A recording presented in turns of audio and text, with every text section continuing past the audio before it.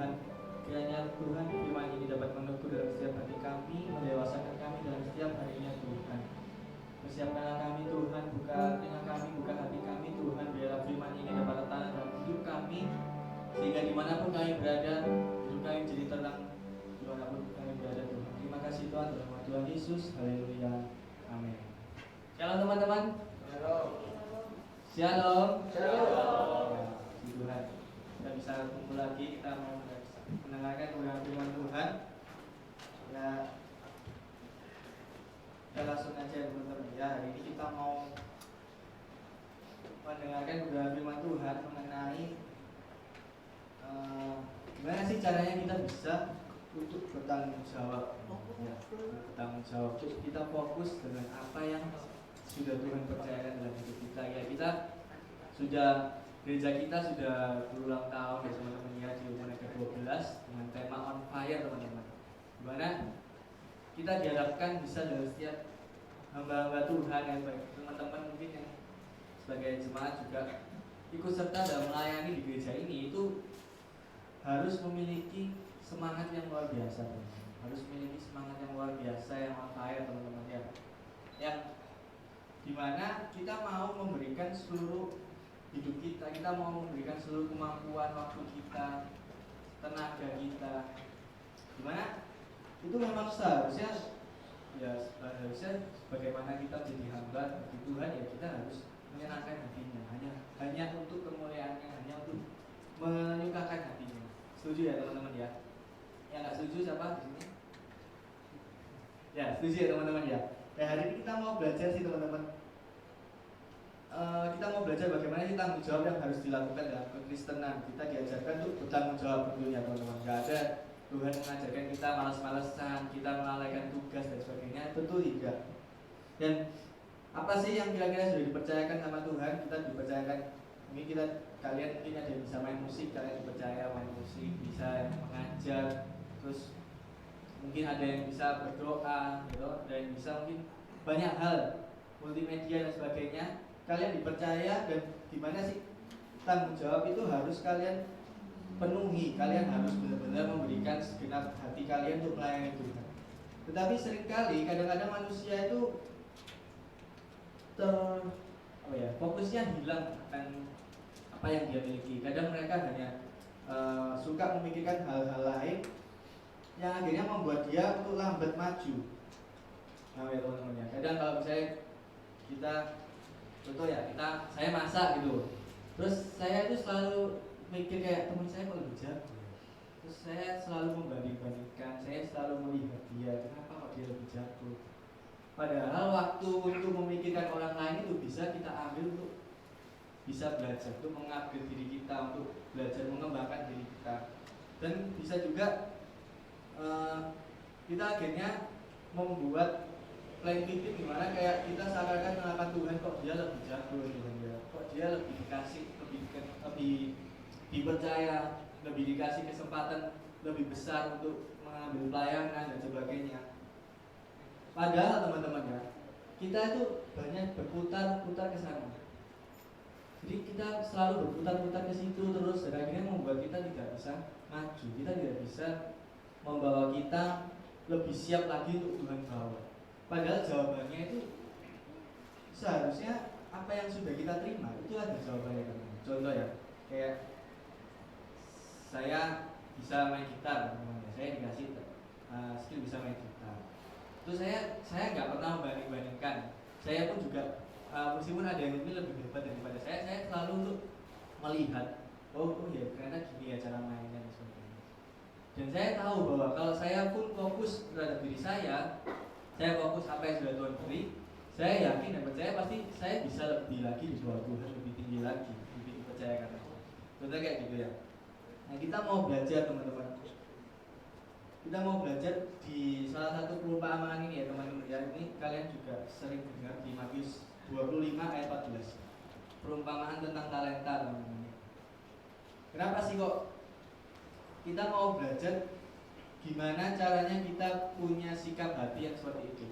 Gimana kita punya sikap hati untuk tetap fokus dalam diri kita, kita mau jawab, kita mau cari apa yang Tuhan mau, sehingga kita itu masing-masing kita itu punya jawaban. Kita nggak mau nyontek siapa, kita nggak mau membandingkan, kita mau cari tahu jawaban apa yang Tuhan titipkan buat kita, alasan apa yang Tuhan titipkan buat kita untuk mengayak. Saya baca, kalian juga pernah dengar ya perumpamaan ini. Kalian sering sekali mendengarkan perumpamaan tentang talenta ini ya. Matius 25 ayat 14. Kita baca gantian aja ya, teman-teman dulu terus habis itu saya. Ya, 1, 2, 3. Sebab pada kerajaan surga sama seperti seorang yang mau bepergian ke luar negeri yang memanggil hamba-hambanya dan mempercayakan katanya kepada mereka. Yang seorang diberikannya 5 talenta, yang seorang lagi 2, dan yang seorang lagi 1. Masing-masing menurut kesanggupannya, lalu ia berangkat.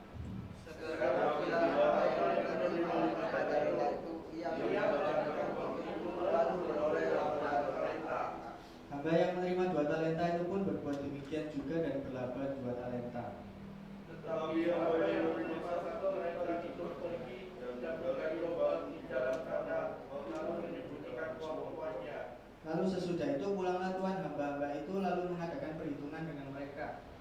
Hamba yang menerima 5 talenta itu datang dan ia membawa di atas 5 talenta, katanya, Tuhan, mengatakan uang saya kepadaku.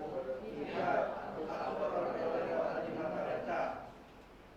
Maka kata tuannya itu kepadanya, baik sekali perbuatanmu itu, hai hambaku yang baik dan setia. Engkau telah setia dalam perkara kecil, aku akan memberikan kepadamu tanggung jawab dalam perkara besar. Masuklah dan turutlah dalam kebahagiaan Tuhan.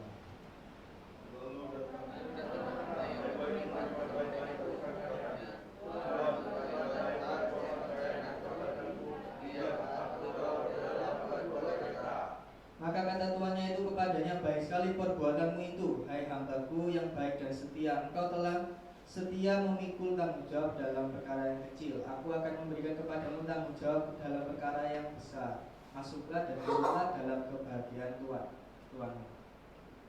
Ini tidak akan tidak membaik menerima 1 talenta itu berkata, Tuhan, aku tahu bahwa perbuatan manusia yang kejam yang memulai di tempat di mana Tuhan tidak menaruh dan membangun dari tempat di mana Tuhan tidak menatap. Karena itu aku takut dan pergi menyembunyikan talenta Tuhan itu di dalam tanah ini. Terimalah kepunyaan Tuhan. 26. Maka jawab tuannya itu, mereka sudah tahu bahwa aku menuai di tempat di mana aku tidak berbangun dan tidak bertempat di tempat di mana aku tidak menatap. Karena itu sudahlah seharusnya uangku itu kau berikan kepada orang yang menjalankan uang, supaya sekembaliku aku menerimanya serta dengan bunganya.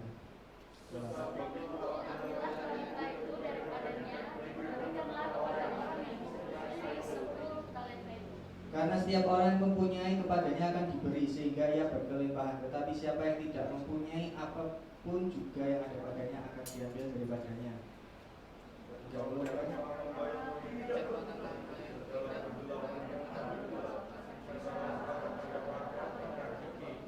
Ya, tujuan teman-teman ya.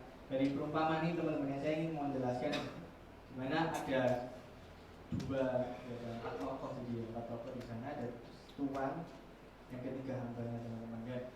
Saya mau menjelaskan di mana perumpamaan ini menggambarkan gimana sih kerajaan surga itu nanti teman-teman. Dimana bagaimana melalui perumpamaan ini digambarkan Tuhan itu adalah Yesus Kristus yang akan naik ke surga, teman-teman. Dimana dia sang Tuhan itu akan berjalan-jalan ke luar negeri gitu. Pergi dan Tuhan naik ke surga untuk menyiapkan tempat bagi kita. Dan kemudian ada hamba. Hamba itu adalah kita semua, teman-teman. Manusia, hamba-hambanya, teman-teman. Dan di sini, teman-teman, Tuhan merasa perlu untuk melengkapi segala sesuatu pada jemaatnya, pada kita semua. Oke, ya paham ya. Pada saat Tuhan tuh mau kembali ke surga, naik ke surga waktu dia habis selesai misinya di dunia ini menebus dosa kita, ya loh. Tuhan menyiapkan tempat bagi kita di surga, dan Tuhan tuh merasa kita perlu dilengkapi supaya kita tetap kuat dan tetap untuk bertahan sampai akhirnya Tuhan kembali untuk menjemput kita. Ya. Dan Tuhan merasa Tuhan merasa perlu melengkapi segala sesuatu pada kita semua dengan cara memberikan kita apa teman-teman? Roh Kudus. Dimana Roh Kudus itu ia berikan dalam berbagai macam hal. Dan Dia memberikan kita Roh Kudus untuk memampukan kita untuk berbagai macam contoh. Seperti yang saya bilang, ada yang bisa mengajar, gitu, ada yang bisa mungkin menyembah Tuhan, dan berbagai macam kita bisa melayani Tuhan. Banyak sekali Tuhan percayakan buat setiap kita. Tetapi teman-teman, dalam setiap kita masing-masing ini pasti Tuhan memberikan talenta. Talenta itu diumpamakan sebagai itu, memberikan sesuai dengan kapasitas kita, teman-teman. Dan kita diharapkan untuk memanfaatkan dan menerapkan apa yang sudah Tuhan titipkan pada kita, gitu. Dan kita bisa menggunakannya secara luar biasa. Dan akhirnya begitulah peninggalan harta yang Tuhan berikan pada setiap kita itu begitu berharga dan indah. Sehingga pada saat kita benar-benar mengerjakan apa yang sudah Tuhan titipkan, itu akan kembali menjadi hanya untuk kemuliaan Tuhan saja. Oke, setuju ya teman-teman. Jadi kalian sudah menerima kan? Kalian terima Roh Kudus, kalian punya kalian diberikan Tuhan setiap masing-masing diri kalian itu memiliki talenta, teman-teman. Dan dari setiap Tuhan menetapkan bahwa ada perbedaan dan kemampuan manusia. Dan kita memiliki beda-beda karunia-karunia rohani, gitu. Ada yang bisa ini, ada yang bisa itu, gitu. Gak mungkin semuanya bisa ngajar. Kita akhirnya satu gereja ini isinya debat terus, itu kan nggak mungkin. Pasti ada yang mengajar, ada yang menyembah Tuhan, ada yang WL dan sebagainya. Dan kira-kira kita mau belajar, kenapa kok si yang hamba yang paling terakhir, karena dia yang menerima satu talenta ini, kenapa dia bisa melakukan hal seperti itu? Kita mau membahas ini dulu. Ya, problemnya kenapa sih kok si pemalas ini ya melakukan hal itu? Pada saat kalian diberikan talenta, teman-teman ya, pada saat kalian diberikan Roh Kudus ya, oleh Tuhan, kalian menganggap Roh Kudus itu hanya sebuah titipan atau hanya sebuah titipan atau untuk dijadikan satu dengan hidupmu? Paham ya teman-teman? Kira-kira menurut kalian apa? Hanya sebuah titipan buat pinjaman gini tok, atau Tuhan tuh kasih supaya itu menyatu dengan hidup kalian? Siapa yang merasa ini cuma titipan aja Roh Kudus itu? Nggak ada, teman-teman. Kalian percaya Roh Kudus itu dikasih sama Tuhan supaya menyatu dalam hidup kita, supaya hidup kita ini benar-benar hidup di dalam Tuhan. Roh Kudus mengendalikan dalam seluruh hidup kita. Ya, si pemalas ini merasa apa yang diberikan tuannya itu hanya menjadi sebuah titipan. Ia hanya mau mengubur, dia takut hilang. Ya bayangkan ya, kayak kamu dikasih uang, betul ya, kasih Ko Budi uang 10 juta gitu ya, kasih uang 10 juta, padahal Ko Budi maksudnya ya memberkati kalian gitu ya, supaya kalian pakai gitu. Tapi kalian takut. Ko Budi itu kayak secara sengaja ngasih gitu loh, ini loh pakian gitu. Ko Budi kalian nggak minta balik gitu, nggak minta balik. Tapi kalian takut dia bayarnya hilang nanti, aku nanti suruh ganti, tak malah nanti suruh nanti double, nanti malah diungkit apa dan sebagainya, tak duit aja, tak saya kubur uangnya. Dan dia tidak mau mengusahakannya dan hanya ingin menyimpannya.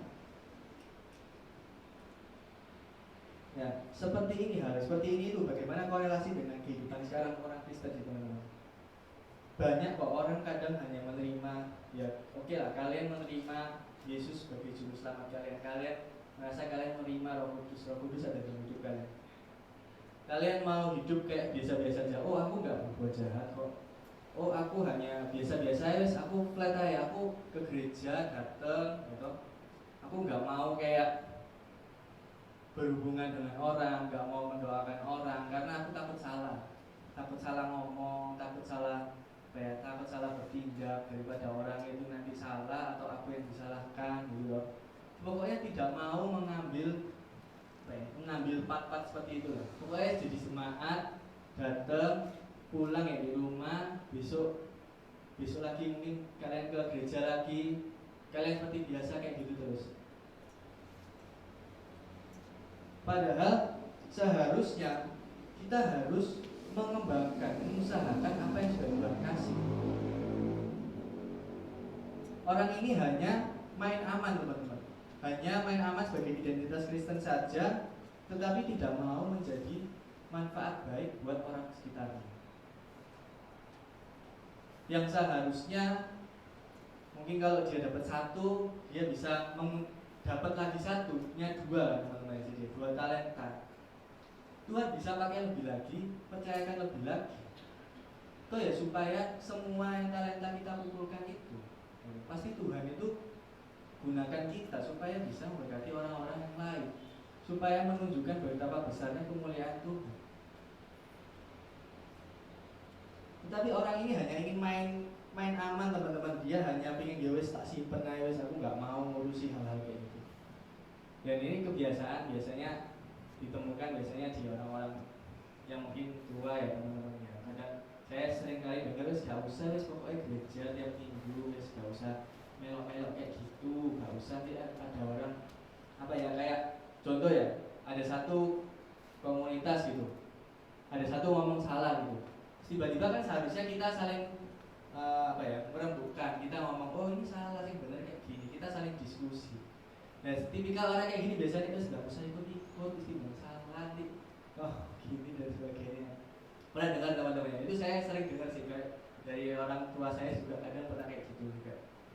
Ya, hanya tetapi pada saat dia hanya ingin menyimpan identitas Kristennya saja, nggak mau untuk mencoba untuk standing up ke depan, untuk menyatakan kebenaran, untuk menyatakan kemuliaan Tuhan, nggak mau kayak menyatakan apa yang salah ya kita katakan salah. Tetapi anehnya orang-orang kayak gini mengharapkan hal yang besar gitu. Ia berdalih menyembunyikan dengan bangga. Kata kalau kalian lihat itu ya teman-teman ya kayak sebentar saya bacakan ulang.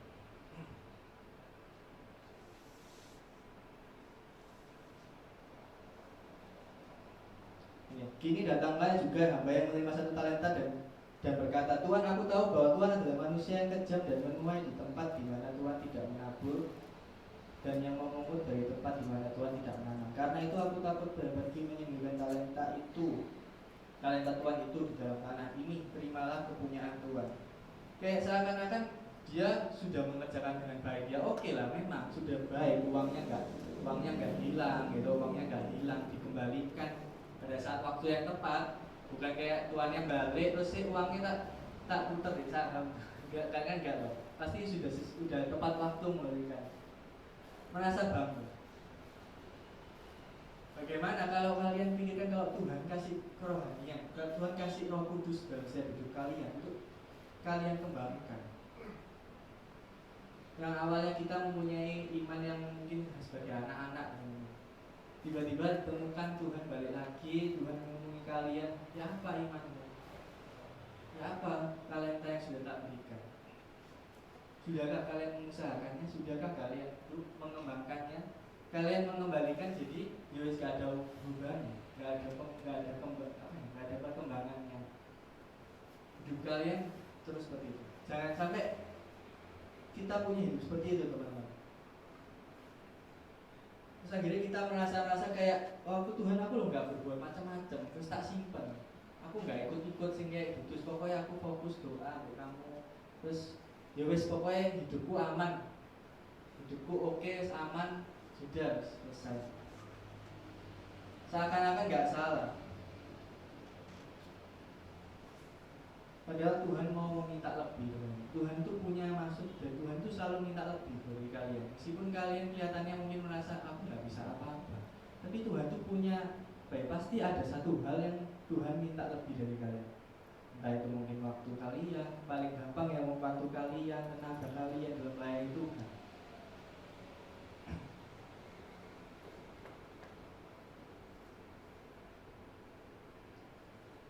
Dan akhirnya hidupnya hanya sekedar monoton, hidupnya tidak ada pertumbuhan kerohanian, hidupnya tidak ada tidak ada cerita, tidak ada progres yang jelas dalam pertumbuhan kerohaniannya.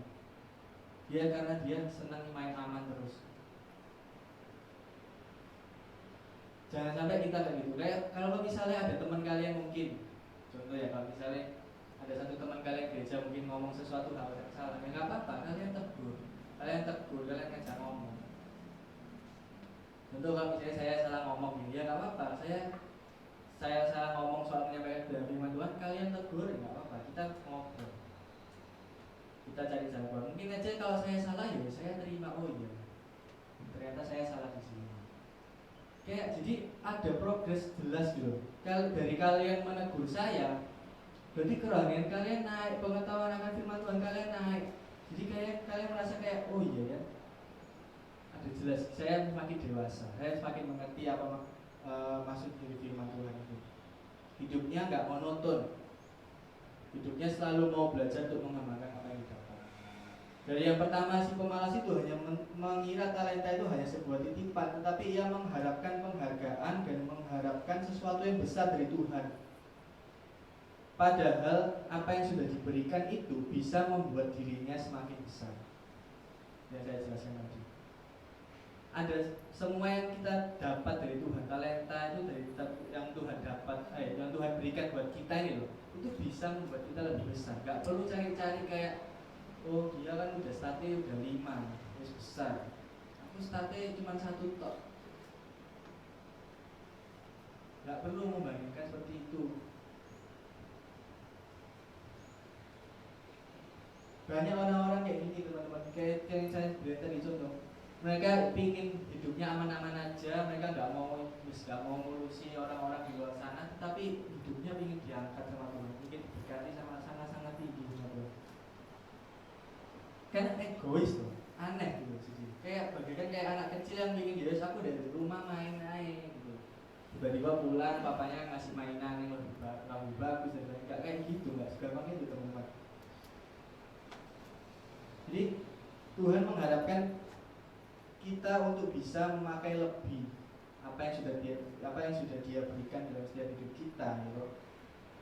Dan akhirnya dari apa yang sudah diberi itu teman-teman, seharusnya dia bisa membuat dirinya lebih besar lagi dengan mengerjakan hal-hal yang kecil dari apa yang sudah Tuhan percayakan.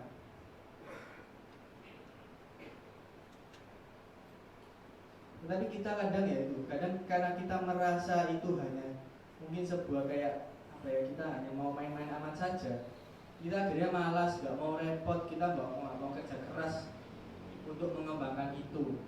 Kita hanya main aman, kita hanya kerjakan sesuai job desk kita. Job desk kita sebagai hamba ya cuman mendengarkan, terus kayak kita hanya menerima perintah, terus kita hanya melihat terus aku diam aja, kalau nggak disuruh apa-apa ya diam aja. Kayak sama kita kalau kita kerja kayak gitu, kayak kita kasih tugas sama bos kita kerja A gitu. Terus tiba-tiba pada saat ada satu hal yang butuh, kita nggak mau kita nggak mau mengembangkan itu, kita cuma ditulis aku kerja sesuai gajiku, aku udah kerja sesuai dengan job desk yang bosku kasih. Tapi dia mau minta lebih supaya aku bisa gajiku tambah nambah, itu ya apa caranya? Tapi aku ya takut, aku takut nggak mau berurusan dengan hal-hal kayak gitu. Aku mau tetap job deskku kayak gini aja, tapi kayak bosku mau menambahkan gajiku. Kayak mana ada di mana seorang atasan mau mempercayakan hal yang besar pada anak buah yang kayak gitu. Yang pasti tentunya malah dikasihkan ke orang lain sama kayak Tuhan yang tadi. Ngapain kok mau tinggal kamu kerja kayak gitu terus ada orang yang lebih mampu dipilih orang lain aja.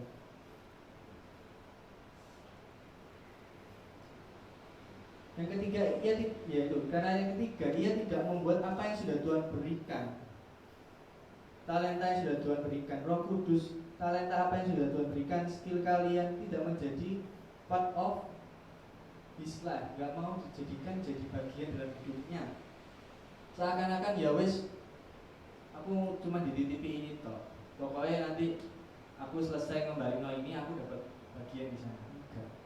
Seharusnya Tuhan mau apa yang sudah Dia titipkan buat kalian itu jadi bagian dalam hidup kalian, bukan sekedar titipan, bukan sekedar apapun.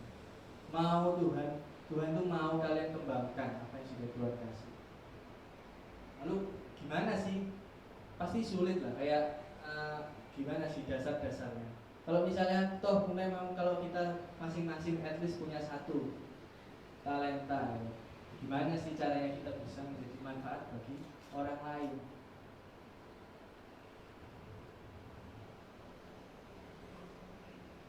Kalau kita lihat tadi ada yang diberi 5, ada yang diberi 2, ada yang diberi 1. Kan yang diberi 5 dan yang diberi 2 itu juga dipuji sama Tuhannya untuk kamu setia dalam melakukan hal-hal perkara kecil. Dimana pasti kalau misalnya ada dari 3 ini pasti diberikan satu perkara kecil, dimana hidupmu harus bisa menjadi manfaat buat orang, menjadi berkat buat orang lain. Dan lalu apa sih contohnya? Contoh talenta yang Tuhan titipkan yang bisa kita gunakan. Jadi nggak cuman kayak oh ini khusus buat gembala, oh ini khusus buat pendoa. Enggak. Ini buat kita semua. Yang Tuhan pasti titipkan. Yang satu yaitu yang talenta yang pertama itu adalah hidup kita yang pertama. Tuhan titipkan, Tuhan kasih kehidupan buat kita. Kita bertanggung jawab penuh atas hidup kita supaya menjadi teladan buat orang di sekitar kita.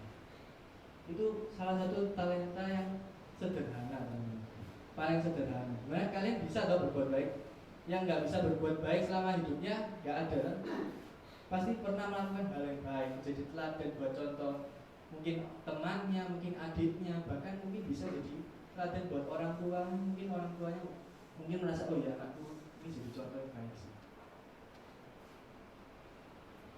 Itu ya. Jadi hidup kita menjadi teladan bagi orang lain itu adalah talenta yang bisa kita bisa lakukan. Enggak perlu sampai sekelas harus sekolah tinggi baru kita jadi, enggak.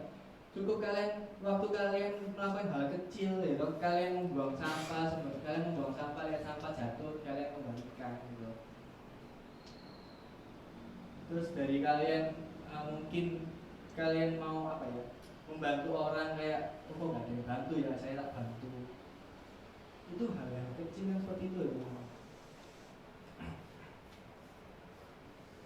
Itu bisa menggambarkan karakter Kristus. Dimana kita saling membantu, kita saling mengasihi orang, itu hal yang seharusnya bisa kita lakukan. Kalau misalnya memang pun mungkin kalian merasa oh itu agak sulit karena mungkin terlalu banyak, gitu. Mungkin hanya bagi orang-orang terdekat kita, mungkin lebih sederhana lagi, tak sederhanakan lagi. Mungkin bagi orang-orang di sekitar kita, orang tua kita, ya kalau kita merasa oh ya anakku ini jadi anak yang berbakti, anak yang sopan, gitu, anak yang apa ya menghormati orang tua, itu lebih sederhana lagi kayak gitu. Jadi di lingkungan rumah kalian bisa menjadi anak yang baik, itu sudah jadi talenta kalian pelan-pelan apa ya berkembang gitu. Dari hal yang kecil di rumah kalian sopan, baik, berbicara dengan baik, memenuhi tanggung jawab rumah. Kalian keluar dari rumah, kalian kerja, kalian terapkan itu sama. Jadi akhirnya dimanapun kalian berada, kalian memiliki satu karakter yang benar-benar baik gitu. Pelan-pelan kalian dipercaya lagi, kalian jadi ketua komunitas mana, terus habis itu kalian jadi atasan di suatu perusahaan dan sebagainya.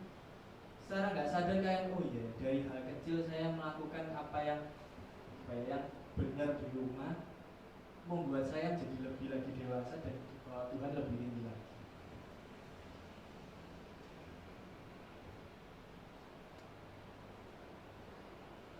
Amin ya teman-teman ya. Itu pun juga Kristus juga lakukan. Yesus Kristus pada saat turun ke dunia ini, dia hidup menjadi berkat buat orang lain. Dia mau mendoakan, dia mau mendoakan, menyembuhkan, mengajar. Ya oke lah, itu memang levelnya lebih tinggi. Tetapi Tuhan mau menetapkan bahwa Yesus yang turun itu aja bisa mau mendoakan, mau memiliki kasih yang mau mendoakan orang lain itu. Seharusnya kita bisa juga melakukan itu. Tuhan pun bilang, kalian itu bakal, kalau misalnya Tuhan pun bilang pada saat Tuhan naik ke surga, Tuhan pun bilang pada setiap muridnya, buat semua pengikutnya, buat orang-orang Kristen, gitu, buat kita semua, kita tuh bakal pasti bisa melakukan hal-hal yang lebih besar lagi, bahkan dari pelayanan Tuhan Yesus itu. Dan kita juga lihat bahwa seperti Rasul Petrus, Paulus lebih gede lagi, mereka seluruh dunia mereka mengabarkan Injil. Paham ya?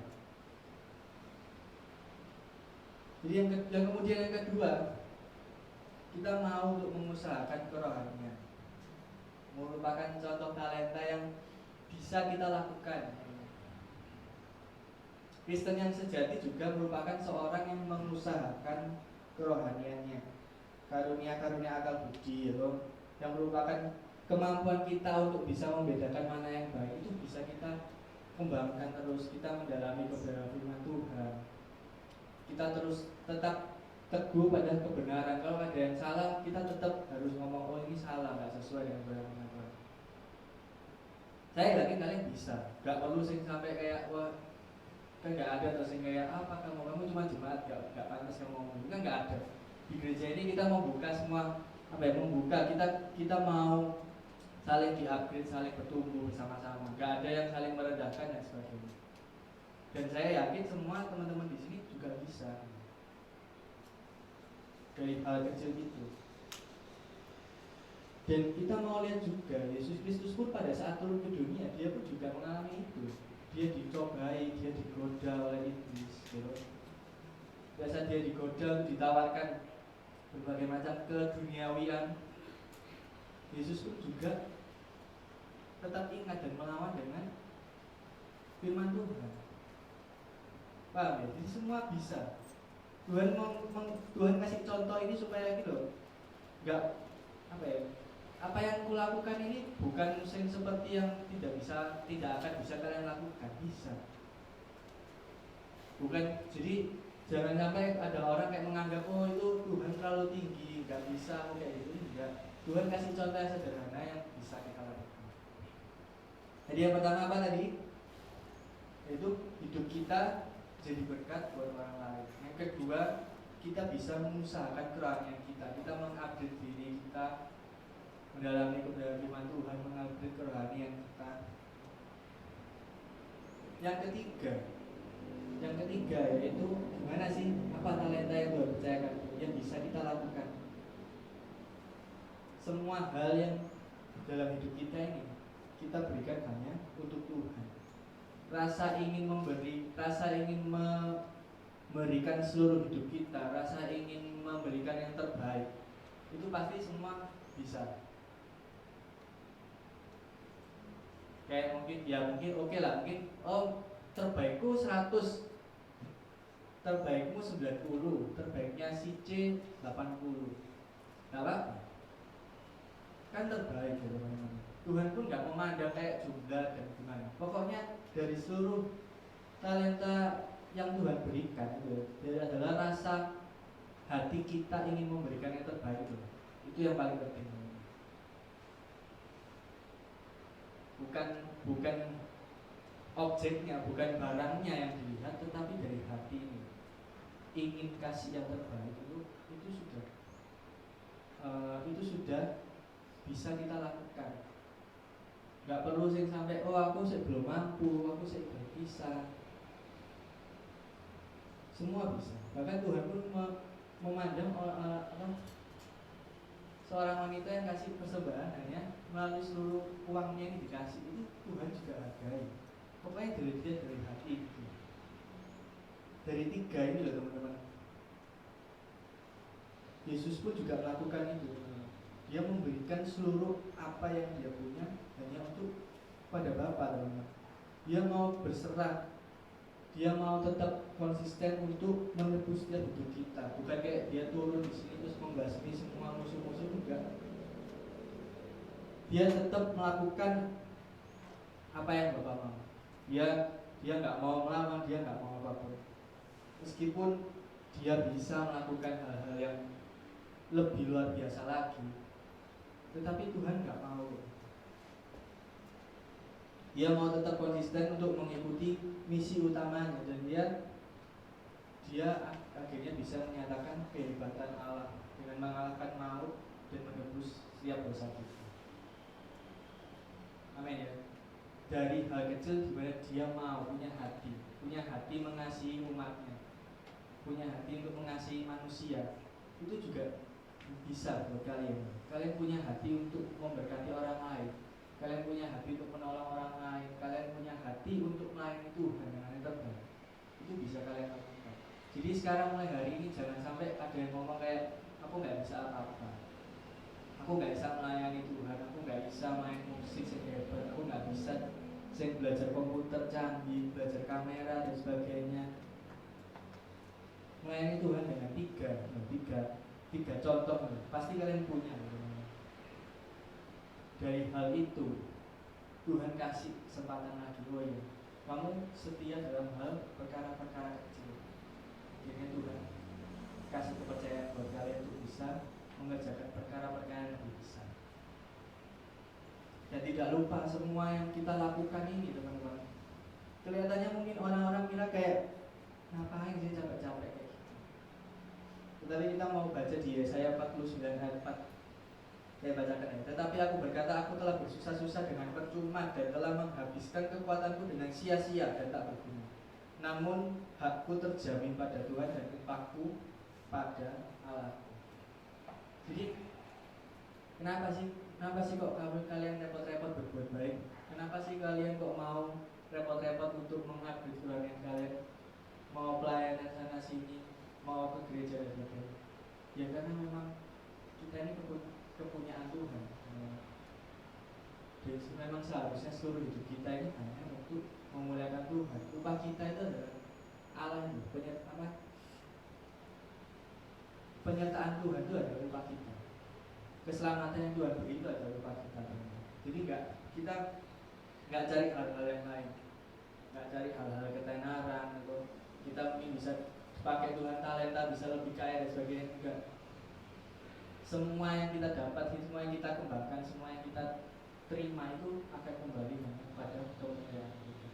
Tuhan balik, Tuhan temui kalian. Oh ya, apa yang sudah Tuhan titipkan pada kalian itu sudah bertambah.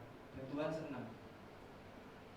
senang, Tuhan bangga karena kalian bisa dipercaya untuk mengerjakan. Amin. Amin teman-teman. Saya ulang.